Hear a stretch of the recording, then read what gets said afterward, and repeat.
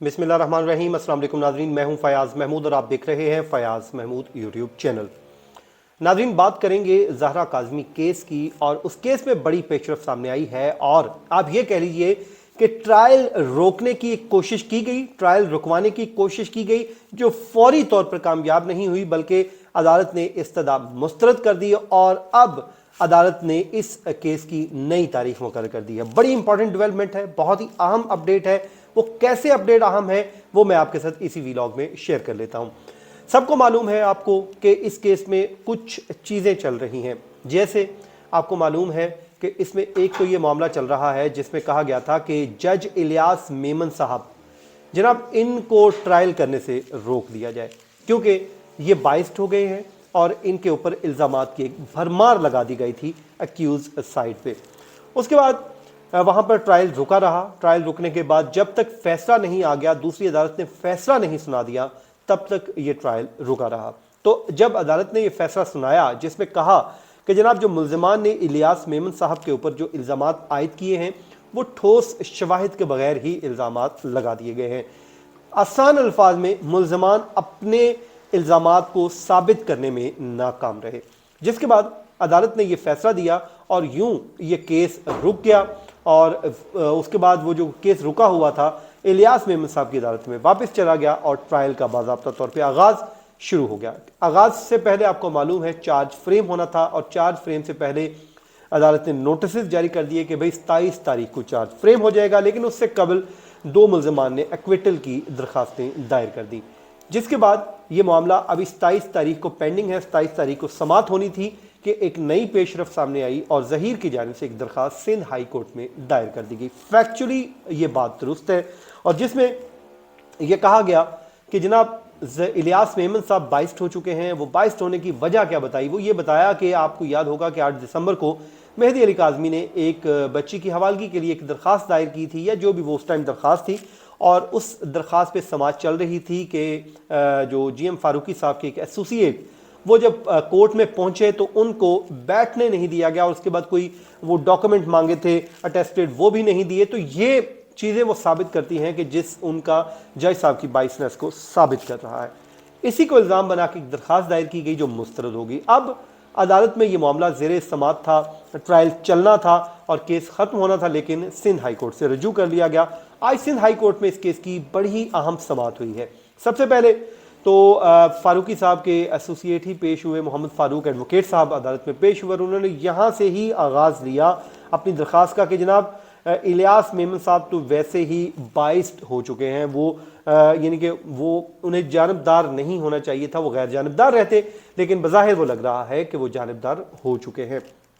उसके बाद उन्होंने ये भी इस्तदा की कि इस केस को मुंतकिल कर दिया जाए और ताकि दूसरी अदालत में ये केस आगे बढ़ाया जा सके, जिसमें जबरान नासिर भी कमरा अदालत में मौजूद थे। वो भी उठे और वो भी रोस्टम पर आ गए।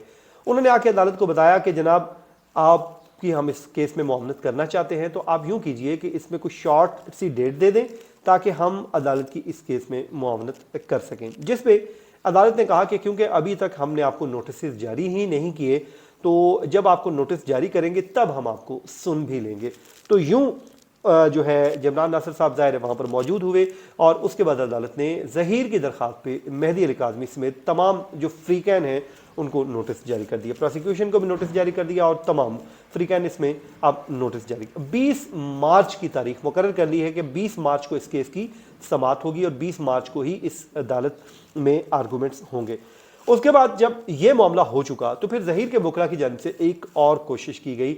आप ये कह लीजिए कि एक नई कानूनी उन्होंने अपना वो कहते हैं ना चाल चलना या पता फेंकना, वो उन्होंने वो फेंक दिया।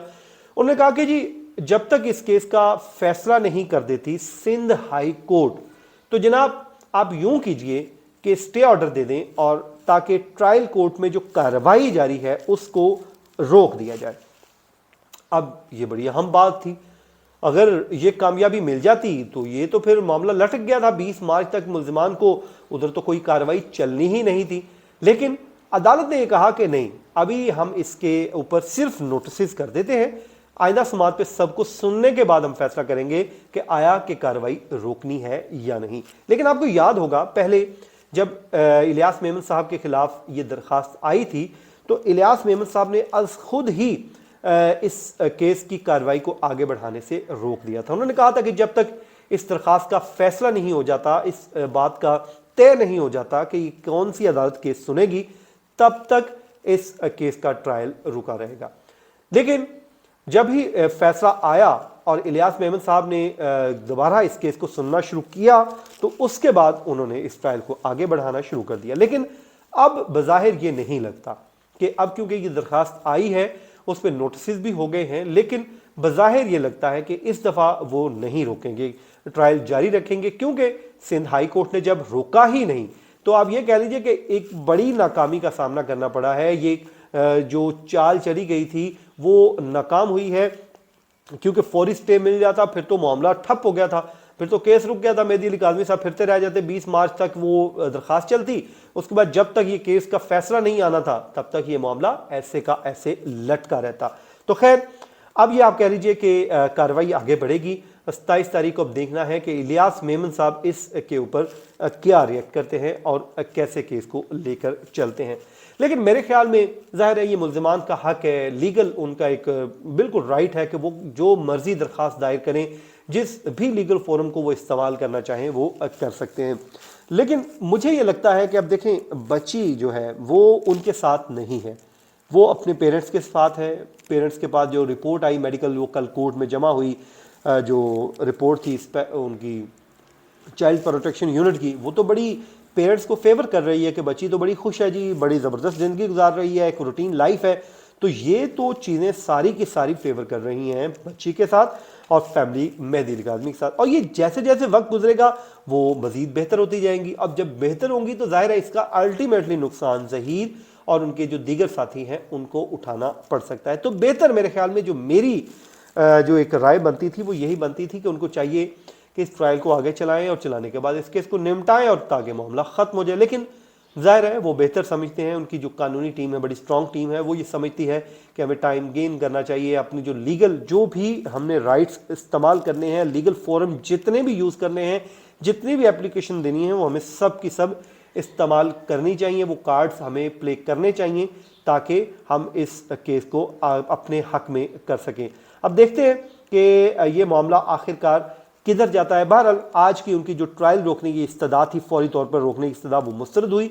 इस पे भी 20 तारीख को फैसला होगा कि ट्रायल रुकना है या आगे बढ़ना है। बहरहाल जो मेहदी अली काज़मी साहब के खिलाफ आज एक रोकने की इस्तदा, वो नाकाम हुई है। नाज़रीन, ये था आज का हमारा वीलॉग। अपनी दुआओं में याद रखिए। मुझे दीजिए इजाज़त। अल्लाह निगहबान। नाज़रीन, बात करेंगे ज़हरा काज़मी केस की, और उस केस में बड़ी पेशरफ सामने आई है और